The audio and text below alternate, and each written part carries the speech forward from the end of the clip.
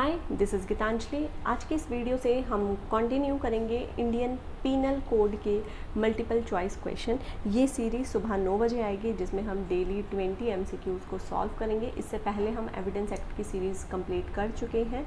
इस क्वेश्चन की सीरीज़ को स्टार्ट करने से पहले मैं आपको बताना चाहूँगी कि अगर आप हमारे paid courses, paid legal services या फिर इंटरैक्टिव सेशंस के बारे में या फिर जजमेंट राइटिंग के बारे में जानना चाहते हैं तो आप नीचे दिए गए नंबर्स पर कांटेक्ट करके पूछ सकते हैं। तो चलिए स्टार्ट करते हैं फर्स्ट क्वेश्चन से। फर्स्ट क्वेश्चन है, the fundamental principle of criminal liability is embodied in maxim एक्टस नॉन फेसिटरियम निसी मेंसिटरिया।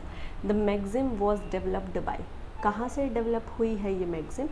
कॉमन लॉ कोड से। ठीक है, तो इसका आंसर होगा option number A. Next question पे आते हैं। नेक्स्ट क्वेश्चन है हमारा क्वेश्चन नंबर 2। रॉन्गफुल गेन का क्या मतलब है? रॉन्गफुल गेन का मतलब है gain by unlawful means of property which the person gaining is not entitle. मतलब जिसे प्रॉफिट हुआ है वो एंटाइटल नहीं था उस चीज़ के लिए, और उसे अगर ऐसा कोई प्रॉफिट होता है तो इसे हम रॉन्गफुल गेन कहते हैं। और रॉन्गफुल लॉस क्या है कि वो पर्सन जिसे लॉस हुआ है वो लीगली एंटाइटल है। Loss by unlawful means of property which the person losing is legally entitle. मतलब लॉस हो गया बल्कि लॉस नहीं होना चाहिए था। ठीक है, next, the provision of personation as election under section 171D of IPC। इसके लिए ऑप्शन पढ़ लेते हैं। Shall apply to a person who has been authorised. नहीं, अगर ऑथराइज्ड है तो अप्लाई नहीं होगा। Shall not apply to a person who has been authorised. Yes, कोई पर्सन ऑथराइज नहीं किया है और वो अपने आप को ऐसा कोई बंदा रिप्रेजेंट करता है तो उस पर ये सेक्शन लगेगा। Next question, question number 5। Dishonesty कहाँ पे दिया गया है? देखिए, इसको लर्न करने की ट्रिक मैं आपको बताती हूँ। DFR यानी डफर। डफर का मतलब क्या हो गया? 24, 25, 26। यानी डिसऑनेस्ट 24 में, फ्रॉडुलेंट 25 में, और क्या बोलते हैं आर से हमारा क्या आता है? रीजनेबल डाउट, आई थिंक कुछ ऐसा होता है, वो 26 में आएगा। अभी आगे आएगा तो मैं आपको क्लियर कर दूँगी। इस टाइम मेरे माइंड से स्किप हो गया है ये चीज़।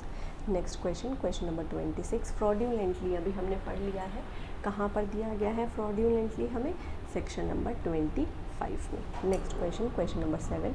When a criminal act is done by several person in furtherance of the common intention of all. सबकी कॉमन इंटेंशन है तो each of such person is liable for that act in the same manner as if was done by him alone. Answer होगा option number A. Next question, which among these codes included in the schedule of prevention of money laundering act। क्या वहाँ पर include किया गया है? IPC। ठीक है, next question, question number 9। To establish section 34 IPC को एस्टैब्लिश करने के लिए क्या ज़रूरी है? Common intention to be proved but not overt act. इसको ना ध्यान रख लो, कॉमन इंटेंशन होती है, ओवर्ट एक्ट नहीं होता है 34 में। आंसर होगा ऑप्शन नंबर ए। ठीक है, इस चीज़ को अपने माइंड में ना फिक्स कर लो। काफ़ी मेरे पास ऐसी क्वेरी आती हैं जहाँ पे बच्चे इसी चीज़ में कंफ्यूज होते हैं कि यहाँ पर ओवर्ट एक्ट की ज़रूरत है या नहीं है। Next question number 10। Section 34 of IPC creates a substantive offence is a rule of evidence. क्या होगा? ये रूल ऑफ एविडेंस है। सिर्फ 34 में किसी को हम पनिश नहीं कर सकते, 34 साथ में लगाते हैं और सेक्शंस के साथ। Next question number 11। X and Y go to murder Z. X shoots on the guard with the spear in hand but did not hit Z at all. Y killed Z. दोनों murder करने गए हैं, X वहाँ पर खड़ा होता है पर Z को नहीं मारता है, Y Z को मारता है। तो यहाँ पर क्या होगा? Only Y is liable for murder, both are liable for murder. इकट्ठा गए हैं ना, कॉमन इंटेंशन है सबकी, तो दोनों लाइबल होंगे। ठीक है, आंसर होगा यहाँ पे option number B. Next question, question number 12। Question है, voluntarily has been defined. Voluntarily कहाँ पर डिफाइन किया है? तो ये हमें डिफाइन किया गया है सेक्शन नंबर 39 में। Next question number 13। क्वेश्चन है, under section 45 life denotes, life का मतलब है life of a human being, answer होगा option number A. Next question, question number 14, under section 46 death denotes, death का क्या मतलब है, death of a human being, answer होगा option number A.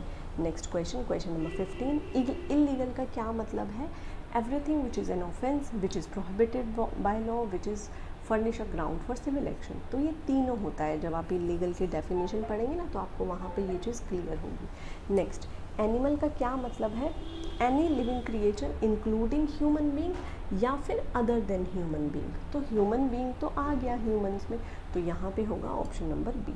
Next question, how many types of punishment have been provided, कितनी punishment दी गई है, तो 5 पनिशमेंट दी गई है। और अब आप मुझे बताएं कमेंट सेक्शन में कि जो नया लॉ आ रहा है उसमें कितनी पनिशमेंट्स हैं।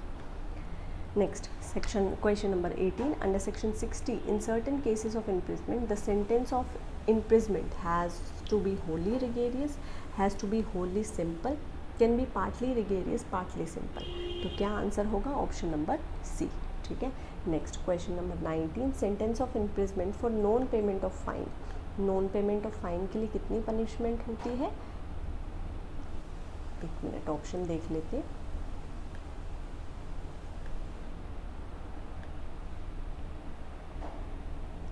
shall be in excess of any other imprisonment to which the offender has been sentenced, shall be concurrent, shall not be in excess। देखिए जो मेन पनिशमेंट होती है ना उसके एक्सेस में होती है, मतलब वो तो भुगतनी पड़ेगी, पर अगर डिफ़ॉल्ट किया तो ये भी भुगतनी पड़ेगी।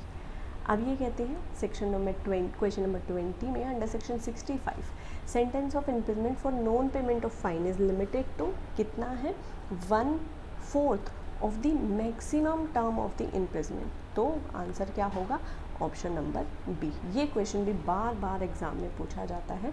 तो यहाँ पे हमने कंप्लीट कर लिए हैं अपने 20 क्वेश्चंस सुबह 9 बजे की 4th सीरीज़ में। आई होप ये सीरीज़ आप सभी के लिए हेल्पफुल होगी। अगर आपका कोई क्वेश्चन, सजेशन या ओपिनियन है तो आप मुझे कमेंट सेक्शन में बता सकते हैं।